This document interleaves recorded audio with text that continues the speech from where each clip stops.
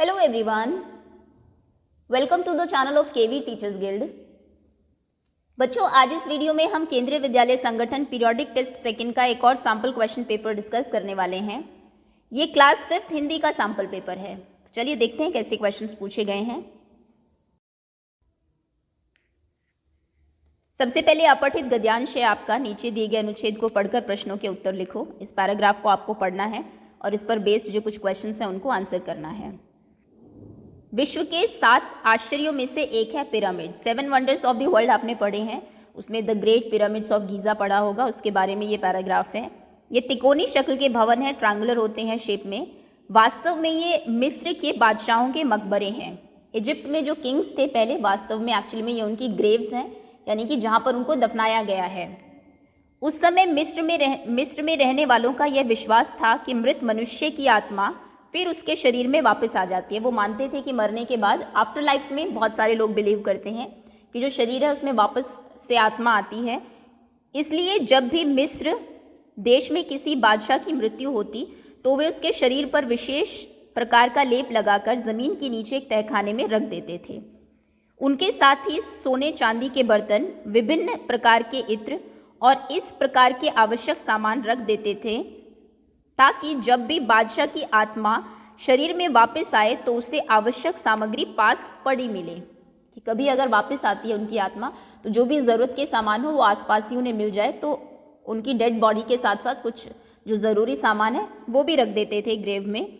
मृत व्यक्तियों के इस प्रकार रखे हुए शरीर को मम्मी कहते हैं। ओके, चलिए प्रश्न देखते हैं। विश्व के 7 आश्चर्यों में से कौन सा आश्चर्य मिस्र में पाया जाता है? मिस्र में है पिरामिड।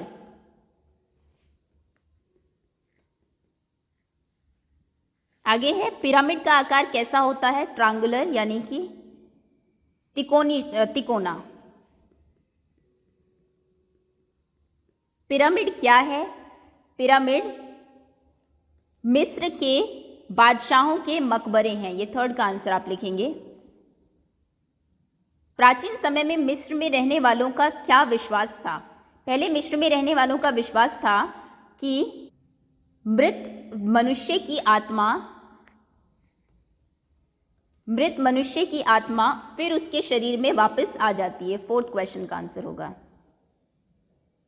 मम्मी किसे कहते हैं? मृत व्यक्तियों के, पिरामिड में रखे मृत व्यक्तियों के, पिरामिड में रखे मृत व्यक्तियों को के शरीर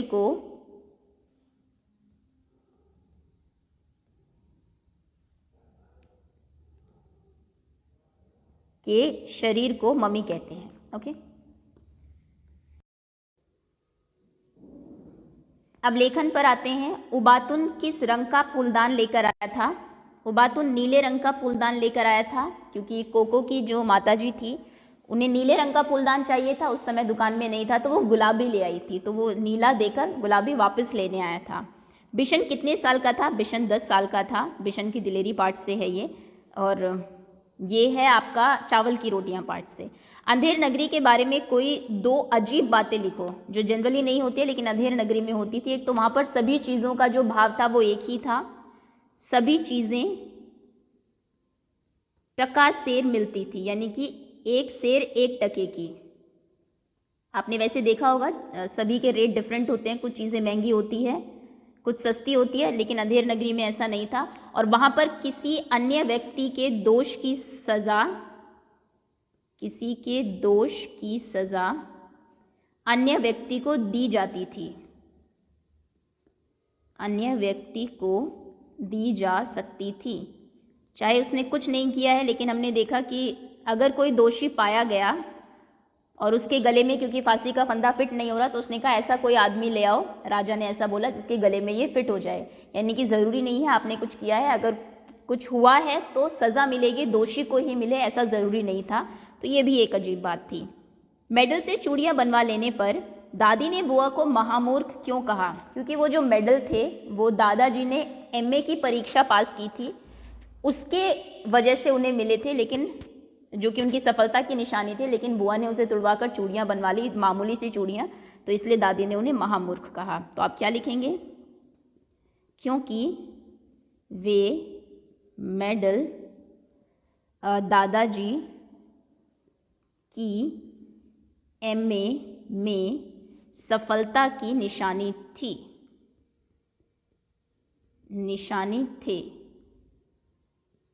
मेडल्स किसी किसी को मिलते हैं, चूड़ियाँ तो कोई भी बनवा सकता है, तो उनको मेडल उन्होंने तुड़वा ली और अपने लिए मामूली सी चूड़ियाँ बनवा ली। कवि रात में बाथरूम बाहर जाने से क्यों मना कर रहा था? ये बाग आया उस रात पाठ से है। तो 5 साल का जो बच्चा है वो अपने दादाजी को कहता है कि बाहर मत जाना, क्योंकि बाहर तेंदुए के आने की, बाघ के आने की खबर थी, आने की खबर थी। स्वामी अपनी दादी को अपने दोस्त राजम के बारे में क्या क्या बातें बता रहा था?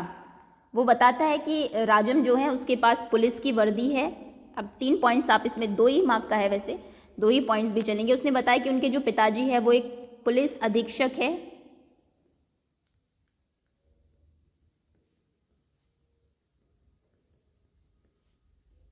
अधीक्षक हैं। राजम के पास पुलिस की वर्दी है, वर्दी भी है, और उसने ये भी बताया कि राजम बहुत बहादुर भी है, क्योंकि जब वो बहुत छोटा था उसने एक शेर को मार डाला था। ओके, चलिए आगे अब व्याकरण पर आते हैं। उचित कारक चिन्हों से खाली स्थान भरो, ने, में, से, पर। मुझे उसने अपने घर खाली जगह बाहर जाने को कहा, अपने घर से बाहर जाने को कहा। नीचे दिए गए मुहावरों से वाक्य बनाओ। आंख बचाना, आंख चुराना, यानी कि एक तरीके से किसी से नजरें ना मिला पाना। कुछ अगर आपने ऐसा काम किया हो जिसकी वजह से आप अपने आप को छिपा रहे हैं तो उसे आंख बचाना कहेंगे। क्या लिख सकते हैं? राजू की चोरी पकड़ी गई, इसलिए वह अब सभी से आंख बचाता घूम रहा है। या फिर कोई होमवर्क, गृह कार्य नहीं करके लाया है तो वो अध्यापकों से आंख बचाता हुआ घूम रहा है।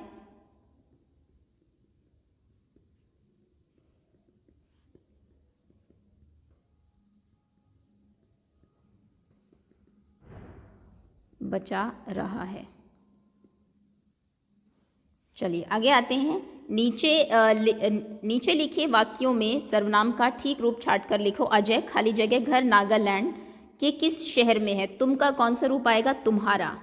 अजय तुम्हारा घर नागालैंड की किस शहर में है? लिंग बदलो, काका, काकी। विलोम शब्द लिखो। बुद्धिमान, बेवकूफ, मूर्ख। वचन बदलो, एक वचन, बहुवचन, तीतर। तीतर का बहुवचन तीतर ही होगा, अनेक तीतर। कुछ शब्द ऐसे होते हैं जिनका बहुवचन नहीं होता। अब एक तीतर, बहुत सारे तीतर, तीतरों, ऐसा कुछ इसमें नहीं लगता है। आगे है, नीचे दिए वाक्यों में से संज्ञा शब्द पर गोला लगाओ। आज हम दिल्ली जाएंगे। दिल्ली क्योंकि एक शहर का नाम है, सो ये आपकी संज्ञा है, व्यक्तिवाचक संज्ञा।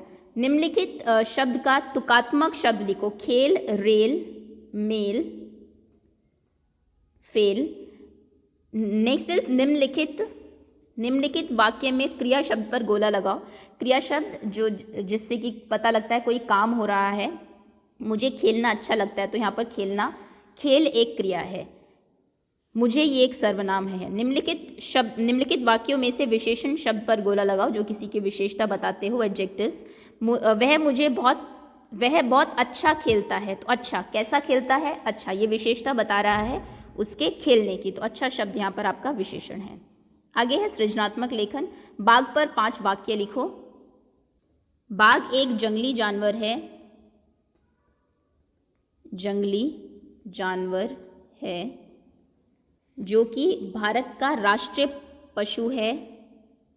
यह हमारे देश भारत का, मैं मेन वर्ड्स लिख देती हूँ, राष्ट्रीय पशु है।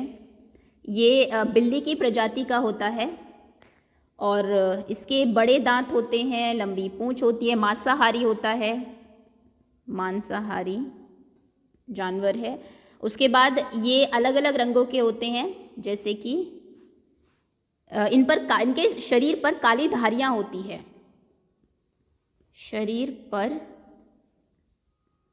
काली, यह बहुत शक्तिशाली होता है, शक्तिशाली एवं फुर्तीले होते हैं। ओके, शिकार करते हैं जानवरों का, शिकारी होते हैं। ओके, मेरे प्रिय पक्षी पर 5 वाक्य लिखो। कोई भी आप अपना प्रिय पक्षी ले सकते हैं। मान लीजिए आपने मोर लिया तो भारत का राष्ट्रीय पक्षी है, इसके पंख बहुत सुंदर होते हैं और ये किसानों का मित्र कहा जाता है क्योंकि खेतों में जो कीड़े मकोड़े हैं उनको खाता है। उसके बाद इसके पंख हो गया सुंदर होते हैं और ये बारिश के समय पर बहुत खुश होता है और नाचता है तो बहुत सुंदर लगता है। इस तरीके से 5 वाक्य आप लिख देंगे। और क्या खाता है? कीड़े मकोड़े जो मिलते हैं खेतों में उनको खाता है। कोई और अगर आपका फेवरेट हो आप वो दूसरा भी लिख सकते हैं। अब आते हैं वर्तनी पर। सही नीचे दिए गए शब्दों में से जो सही है उस पर गोला लगाना है। अधीक्षक की सही स्पेलिंग ये है बक्सा, खामोशी, गुल्लक, दुकान। नीचे दिए गए शब्दों की शुद्ध वर्तनी आपको लिखनी है। चक्रवृत्ति, सुरक्षा, वर्दी, अंधेरा, कर्नल। ठीक है, अब सुलेख है। नीचे दिए गए अनुच्छेद को साफ और सुंदर अक्षरों में लिखना है आपको। जो ऊपर लिखा है वही आप नीचे लिखेंगे। सो ये था आपका प्रश्न पत्र। धन्यवाद।